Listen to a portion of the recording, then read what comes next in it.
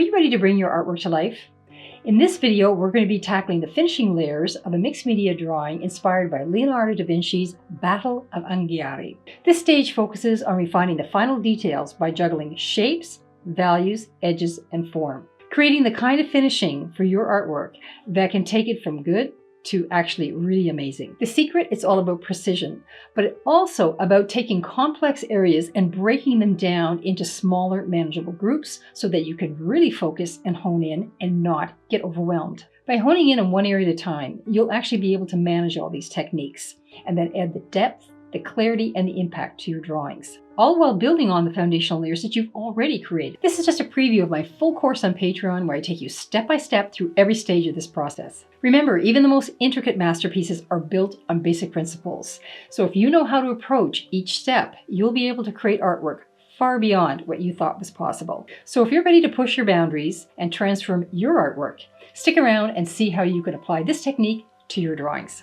Okay, so now we're ready to start this area, which is the mane of this horse, which is kind of a really dynamic and movement-filled affair. So it's the same, so it has its own little set of issues here. And the first thing I'm going to do, looking at it, is establish my boundaries and articulate my main shapes, instead of all these curls and wavy sort of tendrils that are going through the hair. Because it's a series of about a half a dozen wavy type of swirly shapes, some form, not a lot, and then just basically breaking it down into sort of the individual ropey hair kind of look. And begin to measure where that is. So I'm going to check I'm going to measure from the corner of this jaw to the top of the mane. So right where that, okay, so it's closer to there. Okay.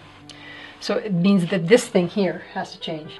It's the right shape, but it's the wrong location. Now this I have to be careful with because there's actually not a very dark line up there. I put that in really, really light, super light. Where his chin is. So right where the warrior's chin is, from the top of that mane to there, that's where the next set of tendrils begin, about there.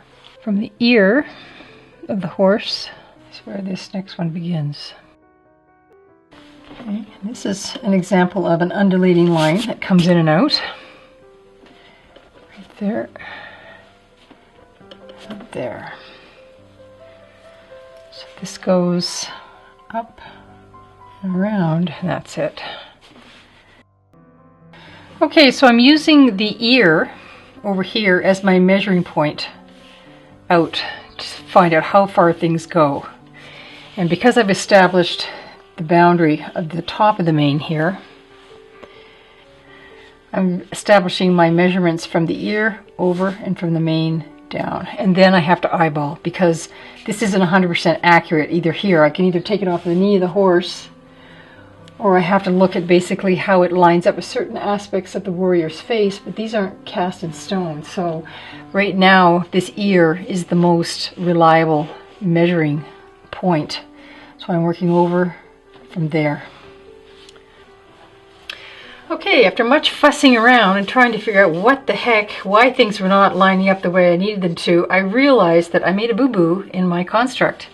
This sword, obviously I made this mark, but it was the right hand of the sword, and I treated it like the left hand of the sword, so I moved the sword over this way as opposed to establishing it over here. And of course, it's everything in here is thrown off as a result of it.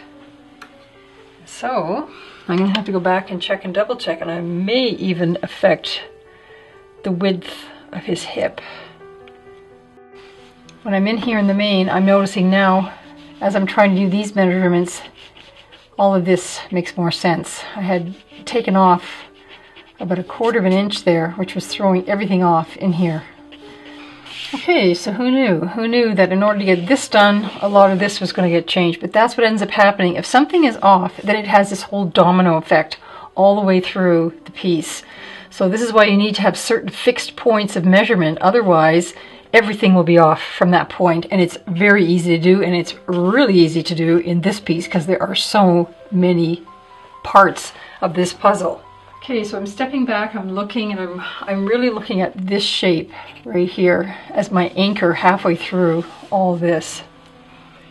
And next, so now that I've reworked that sword a bit, and this comes up, I'm going to work with the negative shape and the dark in the sword now. And I think this comes out a little more like that. And I need those shapes to orient myself. So this tendril here, when I do my measurements, it lines up with the top of that horse's eye. So I'm going, okay, fine. I've got this boundary is now, it's set. I'm happy with that. So now that this boundary has been set here, I'm happy with that alignment, so I know that that's true. I can then start measuring up some of my other boundaries. So this is also a major sort of grounding element in the whole thing. It's the one big shadow shape within the tendrils, so I'm going to now measure and make sure that I'm happy with that. So the biggest thing I notice about this is not getting too caught up in, as you're trying to put in the details, not get too caught up in the details, if that makes any sense, because it just doesn't come off properly. It looks too hard-edged, so you have to, like we've done before, put it in, take it out, soften the edges, pick up little highlights. Okay, I'm also getting in here with my Cretacolor. It's a very, very white, opaque, as you can see. And it's helping me to get some of these real whites going in here. It's thick enough and sticky enough that it will do that. It can override any of the chalk. It's helping quite a bit. Actually getting those whites way up there. So now I'm getting those darks in there, it's beginning to pop a little bit more. It's beginning to... I found that so many times. I'm struggling with a piece and I'm thinking, why doesn't it look right? You know, and I'm trimming all these other things. Finally I go and I push my values and pop my darks out and boom, it all starts to happen. By breaking your drawing into smaller groupings, it allows you to really focus in on that one area and focus on the precision and the detail that will take your drawing up to an entirely different level of skill. It also allows your mind to really focus and hone in on that skill level and master it in a manageable bite-sized chunk. This is just a glimpse into what you can achieve when you combine strong foundational layers and thoughtful finishing touches. So if you're ready to take your artwork further, my complete course on Da Vinci's Battle of Anghiari is waiting for you on Patreon. There you'll get access to in-depth tutorials, tips and techniques that are designed to help you create drawings that you never thought that you could achieve. Click the link at the end of this video and enroll now to unlock your full artistic potential. And if you found this video helpful, don't forget to check out the rest of my videos and remember to like, share, and subscribe for more transformational art videos and tips. Thanks very much for watching, and let's push the boundaries of what you can do and create something incredible. We'll see you in the next video.